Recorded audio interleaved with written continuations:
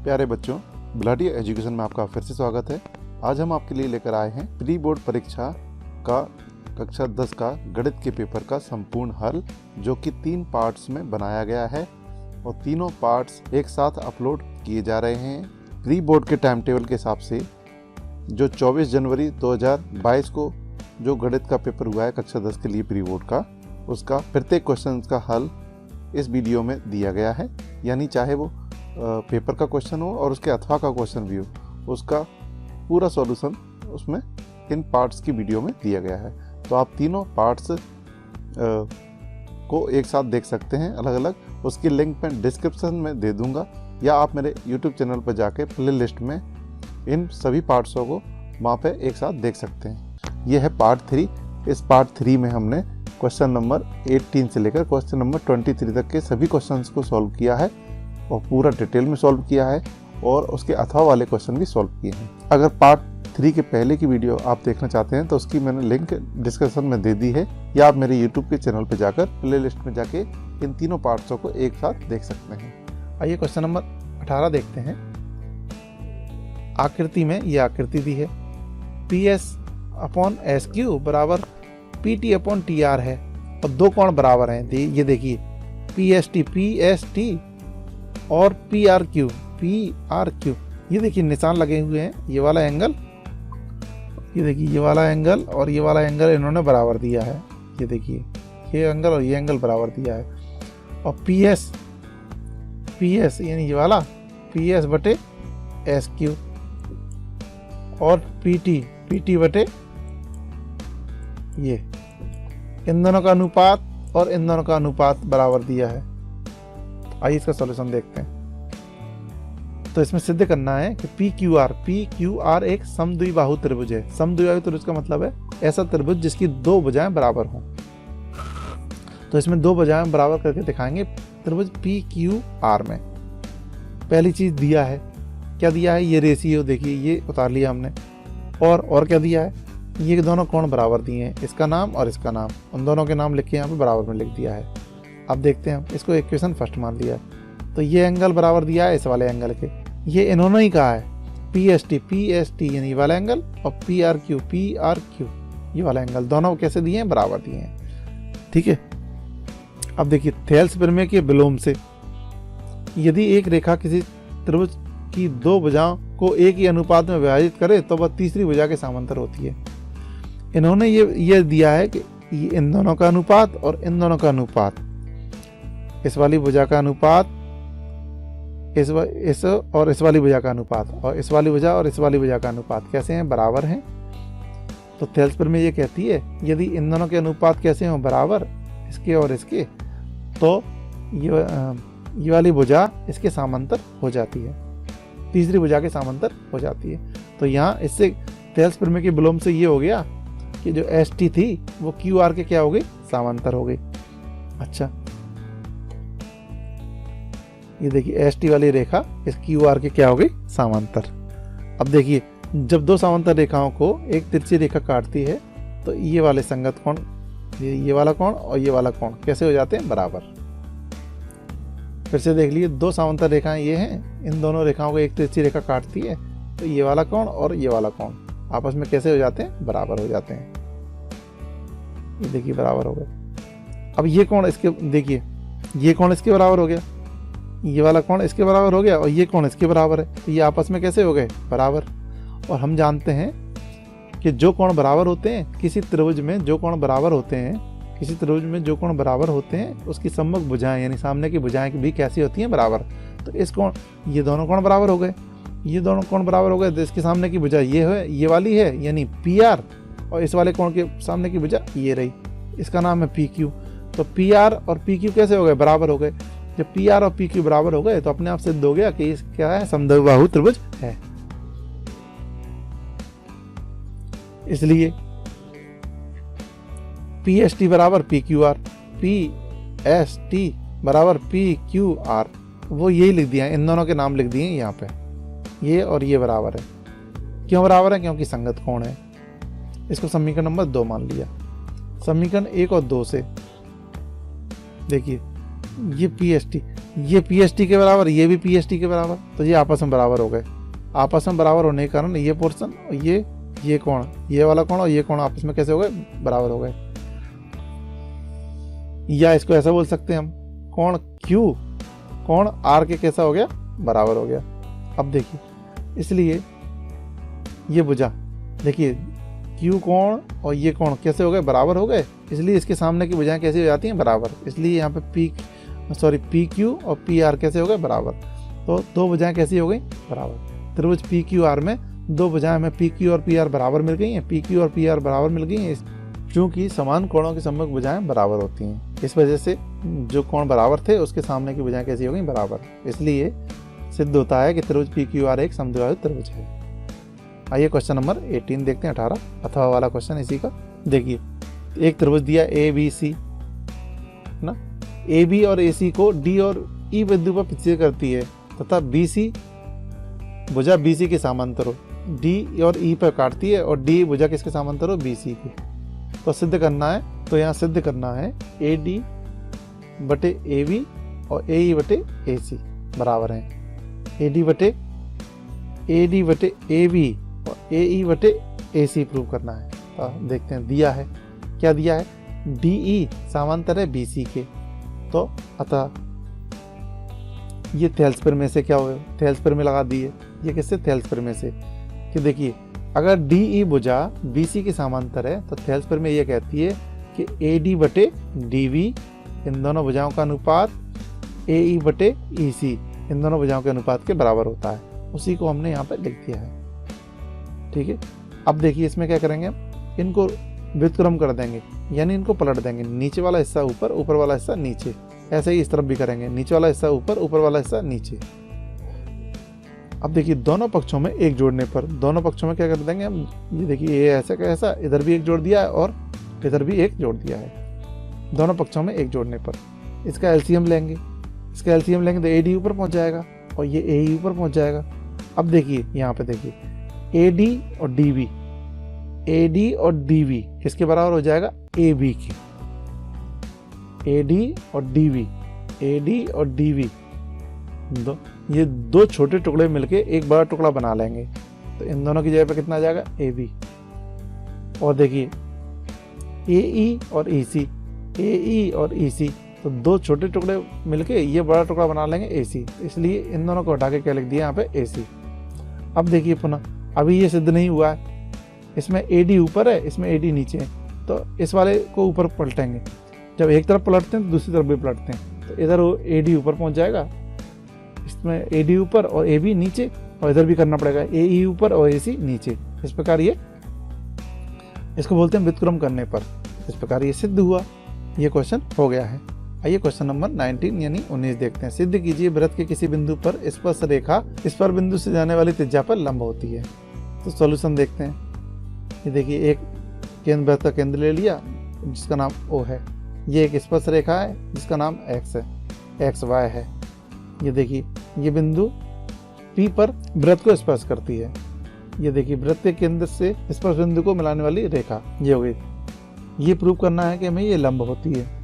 तो देखिए ये थोड़ा समझने वाला क्वेश्चन है। एक O केंद्र वाला वृत्त है, क्या दिया है हमें, एक O केंद्र वाला एक वृत्त है जिसे एक रेखा XY बिंदु P पर स्पर्श करती है। XY वाली लाइन है, बिंदु P पर स्पर्श करती है।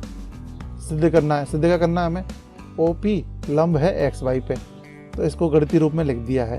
ये सिद्ध करना है। रचना, इसमें क्या करेंगे हम, स्पर्श रेखा XY पर बिंदु P के अलावा एक अन्य बिंदु लेना है हमें।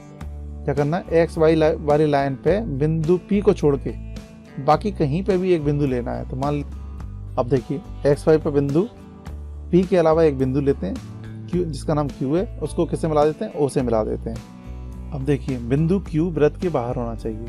बिंदु जो Q है वो वृत्त के बाहर होना चाहिए, क्योंकि यदि बिंदु Q वृत्त के अंदर होगा तो XY जो XY लाइन है वो वृत्त की स्पर्श रेखा नहीं होती, बल्कि एक छेदक रेखा का काम करती, जबकि हमने Q को स्पर्श रेखा पर स्थित एक बिंदु माना है।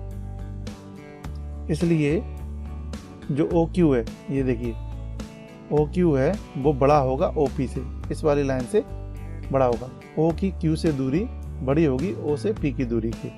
इसको हम दूसरे तरीके से ही बोल सकते हैं, ओ पी छोटा होगा ओ क्यू से। बात एक ही है। इसको देखिए समीकरण 1 मान लिया है, क्योंकि यह स्पर्श रेखा एक्स वाई पर बिंदु पी के अलावा एक अन्य कोई भी बिंदु लेने पर भी सत्य ही रहेगा। हम जानते हैं कि दो बिंदुओं के बीच की न्यूनतम दूरी हमेशा उनके बीच की लंबवत दूरी होती है। तो देखिए क्यू बिंदु हम कहीं पर भी ले लें। देखिए अगर क्यू बिंदु यहाँ पे लेते हैं, मान लो एक क्यू बिंदु मान लीजिए यहाँ लेंगे, यहाँ पे ये ले लिया, तो भी इस वाली ये दूरी कम से कम रहेगी। अगर यहाँ बिंदु लेते हैं तो यही वाली दूरी सबसे कम रहेगी।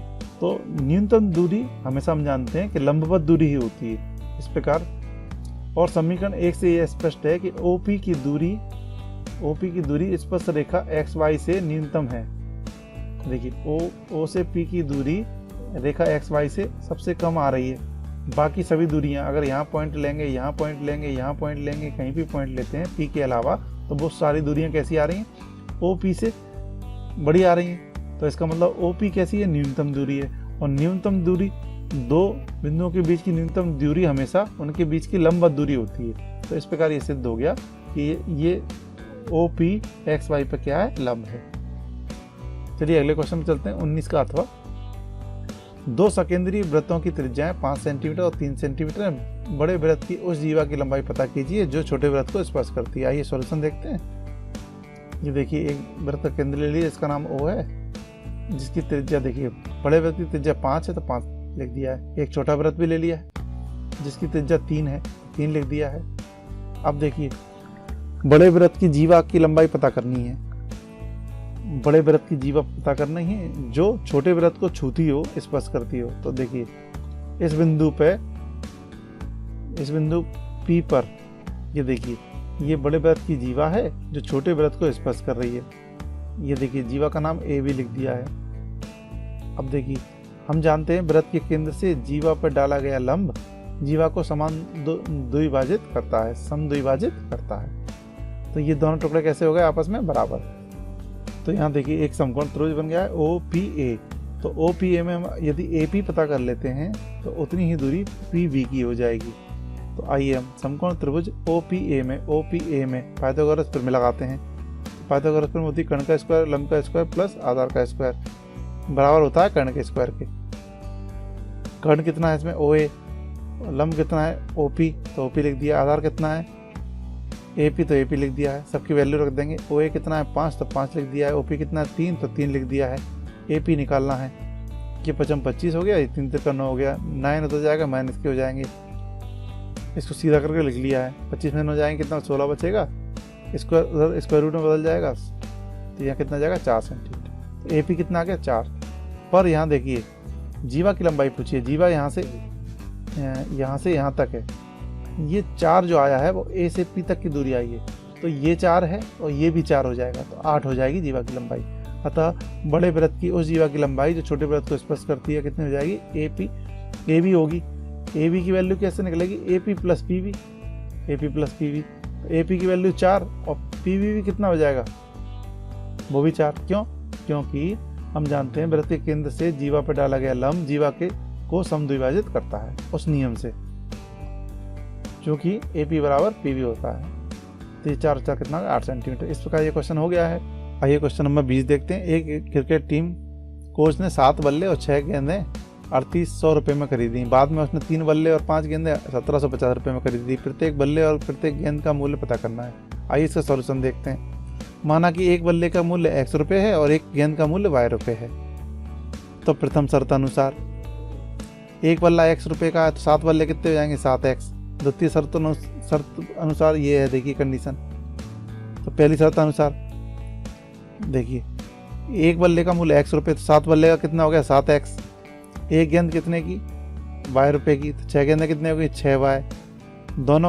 दोनों कीमत आ गई। ये है 7 बल्लों की कीमत, ये है 6 गेंदों की कीमत। दोनों को मिलाएंगे तो 3800 आना चाहिए। तो पहली शर्त से हमने ये समीकरण प्राप्त कर लिया। दूसरी शर्त में देखिए 3 बल्ले, तो एक बल्ले की कीमत कितनी है? X, तो 3 बल्ले की कितनी हो जाएगी? 3X, है ना। एक गेंद की कीमत कितनी है? y, तो 5 की n की कीमत 5y, दोनों की कीमत जोड़ेंगे तो कितना आना चाहिए 1750। तो 2 समीकरण हमें मिल गए हैं। तो समीकरण 1 में 3 का गुणा 3 का था, समीकरण 2 में 7 का गुणा करने पर ये देखिए इसका गुणा इसमें भी होगा, इसमें भी होगा, इसमें भी होगा। तो अब देखिए 3 का इसमें 7x में किया तो 21x, 3 का गुणा 6y में किया तो 18y आ जाएंगे, 3 का गुणा 3800 में किया तो ये आ गया, 7 का गुणा 3x में किया तो हम देखिए इसका गुणा इसमें होगा तो ये आ जाएगा, 7 का गुणा 5y में होगा तो 35y आ जाएंगे, 7 का गुणा इसमें होगा तो ये आ जाएगा। चूंकि यहाँ पे जो संख्याएं बराबर हुई हैं उनके चिन्ह समान हैं, इसलिए नीचे वाले समीकरण के सभी चिन्ह हमें बदलना पड़ेंगे। तो ये प्लस की तो माइनस का कर दिया, ये प्लस की तो माइनस का कर दिया, यहाँ भी प्लस का माना जाता है तो माइनस की कर दी संख्या। तो देखिए ये दोनों कट गए, ये प्लस की संख्या है, ये माइनस की, ये पुराना चिन्ह हो गया तो इसको हमें नहीं देखना है। एक प्लस की संख्या एक माइनस की, तो दोनों घट जाएंगे, कितना बचेगा माइनस के 17y,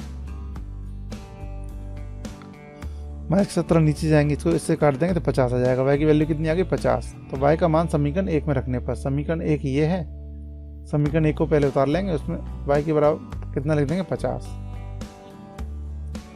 6 का गुणा 50 में किया 300 आ गए, 300 उधर जाएंगे माइनस की हो जाएंगे, 3800 में 300 गए 3500 बचेंगे, 7 नीचे जाएंगे, 7 से 3500 काट देंगे 500। x का मतलब x बराबर कितना आ गया 500। x क्या माना था, एक बल्ले का मूल्य, इस प्रकार एक बल्ले का मूल्य कितना आ गया, x बराबर कितना आ गया 500। तो x है एक बल्ले का मूल्य, इस प्रकार अतः एक बल्ले का मूल्य कितना आ गया 500 रुपये है, तथा एक गेंद का मूल्य y यानी कि 50 रुपये है। यहाँ वो लाइन आप पढ़ा देना। चलिए इसी का क्वेश्चन नंबर 20 का अथवा वाला क्वेश्चन देखते हैं। p के किन मान के लिए निम्नलिखित समीकरण योग का अद्वितीय हल होगा। सॉल्यूशन देखते हैं। समीकरण 1 और समीकरण 2 की तुलना मानक समीकरण से करने पर, इस वाले मानक समीकरण से करने पर, तो देखिए ये a1, ये b1, ये c1, ये a2, b2, c2, इस प्रकार ये सारी तुलना करके ये वैल्यू निकाल ली है। अब दिए गए युग्म का एक अद्वितीय हल होने के लिए शर्त now to be a unique solution of given pair, उसके लिए शर्त होती है a1 upon a2 b1 upon b2 के बराबर नहीं हो। इसमें सारी वैल्यू रख देनी है एच इट इज। 2 से 2 कट गए तो p बराबर नहीं है 4, तो यहाँ हो जाएगा। अतः 4 के अतिरिक्त p के प्रत्येक मान के लिए समीकरण युग्म यानी इन दोनों समीकरण के जोड़े का एक अद्वितीय हल होगा। यानी p बराबर 4 को छोड़कर कोई सा ही मान ले लें अगर, तो उसके लिए इन दोनों समीकरणों का अद्वितीय हल आएगा। Therefore, for all value of p except for the given pair of equations will have a unique solution. Question number 21 देखिए 7.6 सेंटीमीटर लंबा एक रेखाखंड खींचिए, इसे 5:8 अनुपात में विभाजित कीजिए, दोनों भागों को मापिए। एक रेखाखंड AB खींचा हमने। अब देखिए रेखाखंड AB से न्यून कोण बनाती हुई एक रेखा खींचेंगे हम ये, इसके देखिए हमें कितने टुकड़े करना है। अब देखिए आपका जो प्रकाल है उसकी निश्चित दूरी लेके इस वाली लाइन के हमें बराबर इन दोनों के जोड़ के बराबर उतने टुकड़े करना है। 8 और 5 कितने हो जाएंगे 13 टुकड़ा करेंगे। देखिए 1 फिर 2, यानी यहाँ प्रकार रखेंगे फिर इसको काट देंगे, फिर यहाँ प्रकार रखेंगे फिर आगे काट देंगे, फिर यहाँ प्रकार रखेंगे आगे काट देंगे, यहाँ प्रकार रखेंगे आगे काट देंगे, यहाँ प्रकार रखेंगे आगे काट देंगे, ऐसे ही काटते जाएंगे जब तक कि 13 बराबर टुकड़े इसके हम नहीं करते। यहाँ देखिए इस लाइन को नाम देने के लिए यहाँ एक पॉइंट ले लिया, इसको नाम दे दिया x। तो देखिए एक रेखाखंड सबसे पहले AB खींचना है, उससे न्यून कोण बनाती हुई एक लाइन AX खींचेंगे, उसको कितने टुकड़े करेंगे 13 बराबर भागों में बांट देंगे। एक निश्चित चाप लेके जो AX वाली लाइन है उसके 13 बराबर भाग कर देंगे। इसको इस वाले यहाँ एक पॉइंट आएगा, उसको A1 नाम दे दिया, इस वाले को A2, इसको A3, इसको A4, इसको A5, इसको A6, ऐसे करके ये 13 तक नाम दे देंगे। ये हो गया। अब क्या करना है देखिए, अब जो लास्ट में पॉइंट आया है ये देखिए A13, इस वाले पॉइंट को जो रेखाखंड था AB उसके लास्ट इस वाले पॉइंट से मिला देना है। ये देखिए मिला दिया। अब क्या करना है यहाँ पे, अब हमें देखिए अब किस अनुपात में काटना है 5:8। तो देखिए 5 कहाँ है, ये देखिए 5 अनुपात ये है, तो इस बिंदु पे लेना है, इस बिंदु पे। अब क्या करना है, ये वाला कोण, ये जितना कोण है उतना ही कोण यहाँ पे खींचना है हमें। उससे क्या होगा, संगत कोण खींचने से इस रेखा के समांतर रेखा यहाँ पे खींच जाएगी, यानी खींची जा सकती है। तो देखिए BA3 यानी इस रेखा के समांतर रेखा इस बिंदु से खींचनी है हमें। तो यहाँ पे समांतर रेखा खींचने के लिए ये कोण, इस वाले कोण को यहाँ पे खींचना है। वो कैसे करेंगे, यहाँ पे देखिए प्रकाल की नोक रखेंगे, वहाँ से एक आर्क खींच लेंगे। ऐसे ही यहाँ पे फिर रखेंगे, मान लो यहाँ पे एक आर्क रखेंगे, यहाँ बिंदु प्रकाल की नोक रख के यहाँ पे भी आर्क खींच देंगे। जो आर्क यहाँ पे लिया है वही आर्क यहाँ पे लेंगे। अब देखिए यहाँ पे प्रकाल रख के यहाँ इन दोनों के बीच की दूरी नाप लेंगे, उतने ही यहाँ पे अब प्रकाल रखेंगे और यहाँ से एक आर्क ऐसे करके काट देंगे, उससे ये पॉइंट आ जाएगा। इस पॉइंट को इस पॉइंट से मिला देंगे। ये देखिए ये पॉइंट आ गया, इस वाले पॉइंट को इससे मिला देंगे। तो क्या होगा, ये देखिए इस वाली लाइन के समांतर ये वाली लाइन खिंच जाएगी, समांतर लाइन। तो ये क्यों खींची है, क्योंकि ये वाला कोण और ये वाला कोण कैसे हैं, बराबर खींचे हैं हमने, तो ये संगत कोण है। संगत कोण होने के कारण ये भुजा कैसे, ये जो लाइन आई है वो कैसी आ जाएगी, समांतर। तो अब देखिए ये पॉइंट किस पर काटेगी, ए बी लाइन को किस पॉइंट पर काटेगी, डी पॉइंट पर काटेगी। तो अब देखिए यहाँ से यहाँ तक कितना है, 5 है, और यहाँ से यहाँ तक कितना है, 8 भाग हैं, ये 5 भाग हैं। तो थेल्स पर में ये कहती है, ये देखिए ये एक त्रिभुज है, त्रिभुज बन गया कि नहीं, BA13 तो ये त्रिभुज बन गया है। ये भुजा, ये देखिए ये समांतर है इसके। थेल्स पर में ये कहती है कि ये वाली भुजा किसी एक भुजा के समांतर है, तो इन दोनों का अनुपात और इन दोनों का अनुपात कैसा होगा, बराबर होगा। तो ये अनुपात भी कैसा हो जाएगा, 5 और ये कितना, 8। तो अपने आप ये वाली भुजा क्या हो जाएगी, 5:8 में विभाजित हो जाएगी।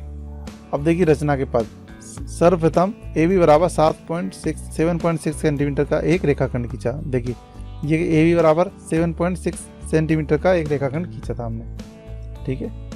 फिर दूसरा, AB से न्यून कोण बनाती हुई एक किरण AX खींची। देखिए AX न्यून कोण बनाती हुई AX वाली लाइन खींची। फिर थर्ड, फिर क्या किया, बिंदु A को केंद्र मानकर एक निश्चित चाप लेकर AX को 13 भागों में बराबर बराबर विभाजित किया। एक कोई चाप ले लिया था, देखिए प्रकाल फैला के एक निश्चित दूरी लेके इनको 13 बराबर बराबर भागों में बांट दिया, ताकि A1 की दूरी, A2 की दूरी, A2 A3 की दूरी, ये दूरी सारी कैसी हो जाए, आपस में बराबर हो जाए। ये देखिए चौथे में बिंदु A13 को बिंदु B से मिलाया। बिंदु A13 को केंद्र मानकर एक निश्चित चाप लेकर कोण AXB के बराबर का कोण हम बिंदु A5 पर संगत कोण A5D खींचेंगे। तो देखिए ये लिखा है। फिर क्या किया था, A13 को कैसे मिलाया, B से मिलाया, तो ये यहाँ पे लिख दिया है। अब A13 को केंद्र मानकर यहाँ देखिए क्या किया, ये चाप खींचा था, इसको केंद्र मानकर ये चाप खींचा है। बिंदु A13 को केंद्र मानकर एक निश्चित चाप लेकर कोण A13B के बराबर कोण यहाँ पे खींचा है। बस वही लैंग्वेज के रूप में लिख दिया है। उससे क्या हो जाएगा, जो A13 है A13B के समांतर वो कौन सी रेखा जाएगी, A5D वो खींच जाएगी। पांचवा, थेल्स प्रमेय से यदि A13B A5D के समांतर है, थेल्स प्रमेय से ये देखिए A13B और A5D ये दोनों कैसे हो जाएंगे, समांतर हो जाएंगे।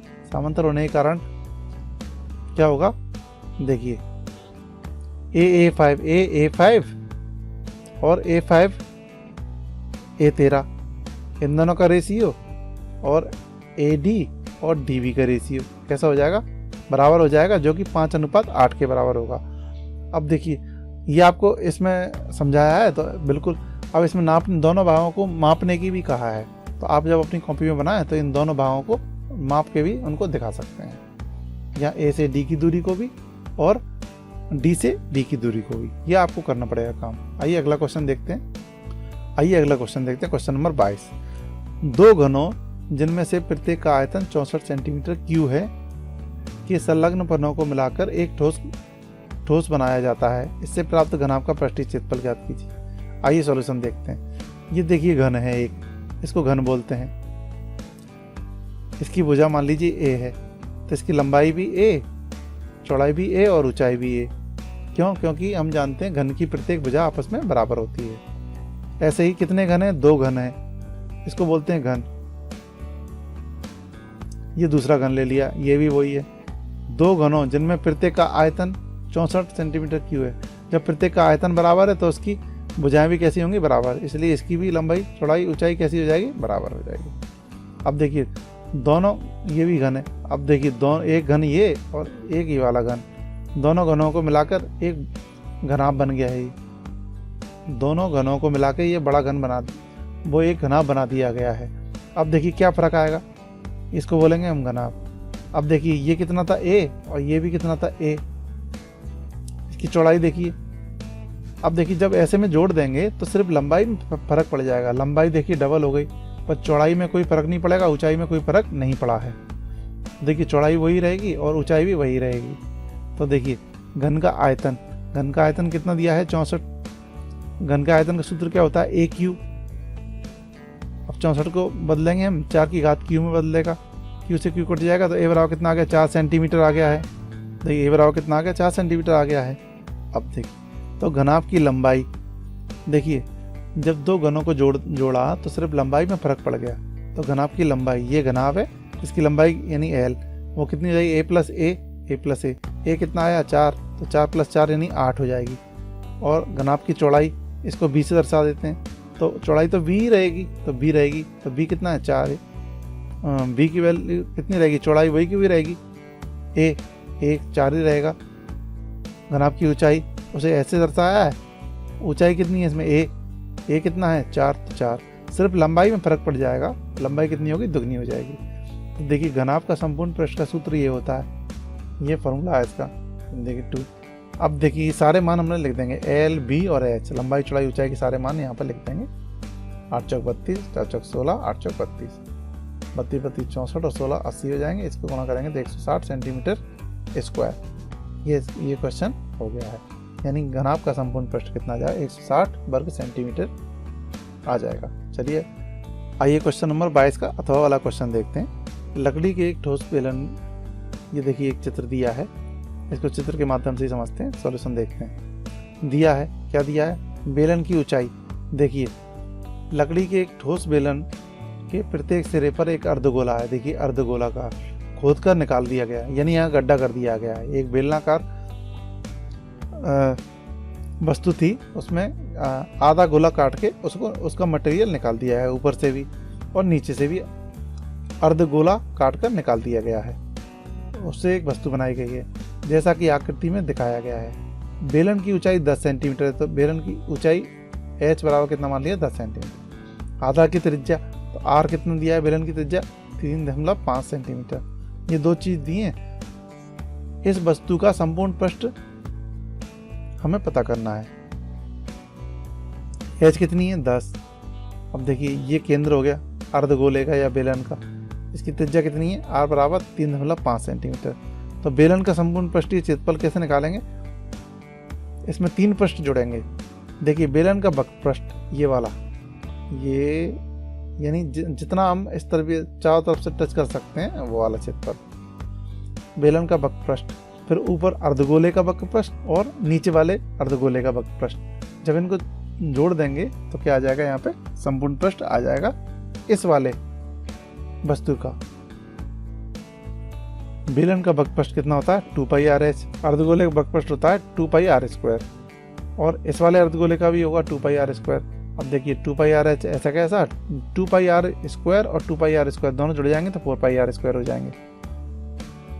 तो देखिए अब कॉमन ले लेते हैं, 2πr कॉमन ले लिया तो यहाँ पे h बचा और यहाँ पे r, यहाँ 2 भी बचेगा और r भी बचेगा। अब देखिए सारी वैल्यू हम इसमें रख देंगे। फिलन का संपूर्ण प्रश्न का ये फॉर्मूला आ गया है। अब इसमें वैल्यू रख दो 2, पाई का मान 22/7, आर की वैल्यू 3.5, एच की वैल्यू 10, 2 ऐसे के ऐसे और आर की वैल्यू 3.5। 2 का गुणा 3.5 में कर दिया, 7.0 आ गया है। इस 7 से इसको काट देंगे तो 0.5 आ जाएगा। ये दोनों ऐसे कैसे, 0.5 ऐसे कैसे, इन दोनों को जोड़ दिया 17 आ गया है। इन दोनों को सबको मल्टीप्लाई करेंगे, देखिए इतना आ जाएगा 374 सेंटीमीटर स्क्वायर। यही इसका आंसर है। आइए क्वेश्चन नंबर 23 देखते हैं। निम्नलिखित सारणी में 35 नगरों की साक्षरता दर प्रतिशत में दर्शाती है। ये देखिए, आइए तो माध्य निकालना है, सॉल्यूशन देखते हैं। आइए इसे टेबल के फॉर्म में लिखते हैं। ये साक्षरता दर प्रतिशत में, ये वाली लाइन हमने खड़े रूप में लिख दी। नगरों की संख्या जिसे आवृत्ति कहते हैं वो इस तरीके से लिख लिया। ये दोनों टेबलों को हमने खड़े रूप में लिख लिया है। अब देखिए तीसरी टेबल हम यहाँ पे जोड़ेंगे। अब ये वर्ग चिन्ह निकालते हैं इससे। वर्ग चिन्ह कैसे निकालते हैं, L1 + L2/2। L1 बोलते हैं लोअर लिमिट, निम्न सीमा, L2 बोलते हैं अपर लिमिट यानी कि उच्च सीमा। इन दोनों को जोड़ के उसका आधा कर देते हैं। 45 और 55 को जोड़ेंगे तो कितना आ जाएगा 100, 100 का आधा कितना आ जाएगा 50। ऐसे ही 55 और 65 को जोड़ेंगे तो 120 आएगा, 120 का आधा कितना आ जाएगा 60। ठीक है, इस प्रकार ये वर्ग चिन्ह हम निकाल लेंगे। फिर देखिए इसे x मानते हैं। अब f, ये देखिए यहाँ पे दिखाया गया है f का गुणा x में वाली टेबल से करना है। f वाले टेबल का गुणा x वाली टेबल से गुणा करेंगे तो 3 का गुणा 50 में करेंगे तो कितना आ जाएगा 150। 10 का गुणा 60 में करेंगे 600। 11 का गुणा 70 में करेंगे 770 आ जाएंगे। 8 का गुणा 80 में करेंगे 640। 3 का गुणा 90 में करेंगे 270। अब देखिए इसका टोटल कितना आ जाएगा सिग्मा एफ का मतलब f वाली टेबल का जोड़, तो कितना आ गया इसका सबका जोड़ 35। ऐसे ही सिग्मा एफ यानी एफ वाली टेबल का जोड़, ये कितना आ जाएगा 2430। अब देखिए माध्य साक्षरता दर x बार है। ये थोड़ा निशान ठीक से नहीं बनाया बार के चिन्ह का, तो आप समझ लीजिएगा बार है। इसका फॉर्मूला होता है सिग्मा एफ बटे सिग्मा एफ। तो सिग्मा एफ की वैल्यू कितनी है 2430 और देखिए सिग्मा एफ की वैल्यू 35, तो 35 इसको कट कर देंगे तो इतना आ जाएगा। तो ये इसका आंसर है। आइए क्वेश्चन नंबर 23 का अथवा वाला क्वेश्चन भी देख लेते हैं। ये देखिए इसमें बहुलक पता करना है हमें। आइए सॉल्यूशन देखते हैं।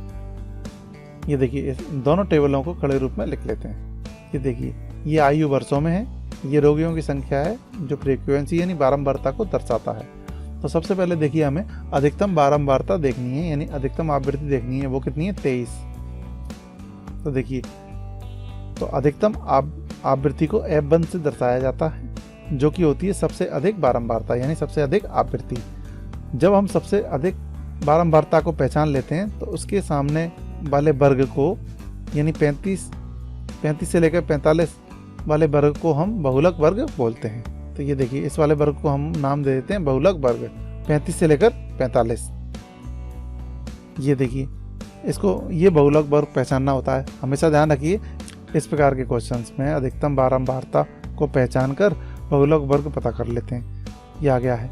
अब देखिए इसमें बहुलक वर्ग की निम्न सीमा L1 इसमें कितनी है देखिए 35, तो 35 लिख दी है। अब इसे बोलते हैं F0 यानी जो बहुलक वर्ग है उसकी आवृत्ति के पहले की आवृत्ति को हम बोलते हैं बहुलक वर्ग के पहले की वर्ग की आवृत्ति, उसको बोलते हैं F0। फिर आता है F2, ये होती है जो बहुलक वर्ग की आवृत्ति है उसके बाद वाली आवृत्ति को हम F2 से दर्शाते हैं। वर्ग अंतराल, इन दोनों में अंतराल कितने का देखिए, वर्ग अंतराल कितने का है 10 का, तो h की वैल्यू कितनी आ गई 10। अब देखिए बहुलक का फॉर्मूला, ये बहुलक का फॉर्मूला होता है, आपको इसे याद करना पड़ेगा। इसमें हम जितनी वैल्यू निकाली है सारी वैल्यू इसमें रख देंगे और इसे सॉल्व करते जाएंगे। देखिए 23 में से 21 के 2 आ गया, 23 दूनी 40, ये दोनों जुड़ जाएंगे 35। ये देखिए ये आ जाएगा। उसके बाद देखिए 20 में 11 से भाग देंगे तो 1.82 आ जाएगा, इसको इसमें जोड़ेंगे तो इतना आ जाएगा। इतने वर्ष से इसकी बहुलक आ जाएगा। Thanks for watching, subscribe my YouTube channel. यदि आप मेरे यूट्यूब चैनल को लाइक और सब्सक्राइब कर देते हैं यानी कि सब्सक्राइब कर देते हैं तो जब भी मैं उस अपने चैनल पर कोई नई वीडियो अपलोड करूंगा उसका मैसेज आप तक तुरंत यूट्यूब के माध्यम से पहुंच जाएगा, आपको इंतजार नहीं करना पड़ेगा। Again thanks for watching. प्यारे बच्चों, घराटिया एजुकेशन की चैनल की वीडियो आपको यदि पसंद आती हैं तो ये, और यदि आप मेरे यूट्यूब चैनल के से जुड़ना चाहते हैं यानी कि मेरे व्हाट्सएप ग्रुप से जुड़ना चाहते हैं या फेसबुक ग्रुप या इंस्टा के ग्रुप से जुड़ना चाहते हैं या टेलीग्राम के ग्रुप से जुड़ना चाहते हैं तो उनकी लिंक मैंने डिस्क्रिप्शन में दे दी है। आप वहाँ जाके मेरे साथ उस ग्रुप में जुड़ सकते हैं, जिससे आप कभी भी कोई समस्या होने पर मुझसे कुछ भी पूछ सकते हैं। Thanks for watching and subscribe my YouTube channel.